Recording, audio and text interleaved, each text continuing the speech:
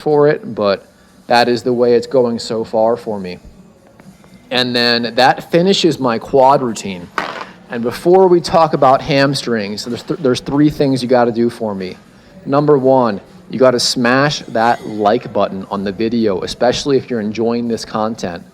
Number two, you got to subscribe to my channel, Dr. Mike Jansen. And number three, if you want to see more cutting edge strength training information just like this, check out my website. It's called revolutionaryprogramdesign.com. All right, next up, moving into the seated leg curls. I gotta say, man, look at my hamstrings development. They are really, really starting to hang down and pop off. So what I'm doing on this machine is a rest pause set, but it's my own little twist on it. So number one, we're doing a rest pause set. Number two, we're doing partial reps to failure. And number three, we're doing a static hold to failure. Let's start with the rest pause set.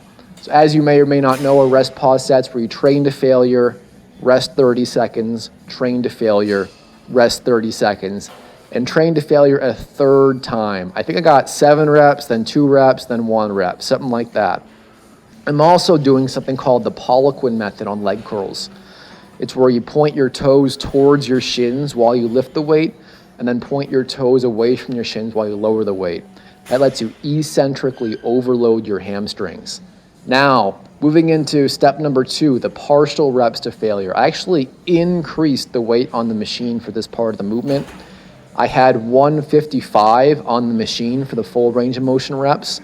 Then I went up to 175 for the partial reps, and I'm keeping it at 175 for the static hold here. I learned these partial reps and static holds from John Meadows. Big shout out to John, the Mountain Dog Meadows. I find this way of doing leg curls is just unbelievable. It is probably the biggest reason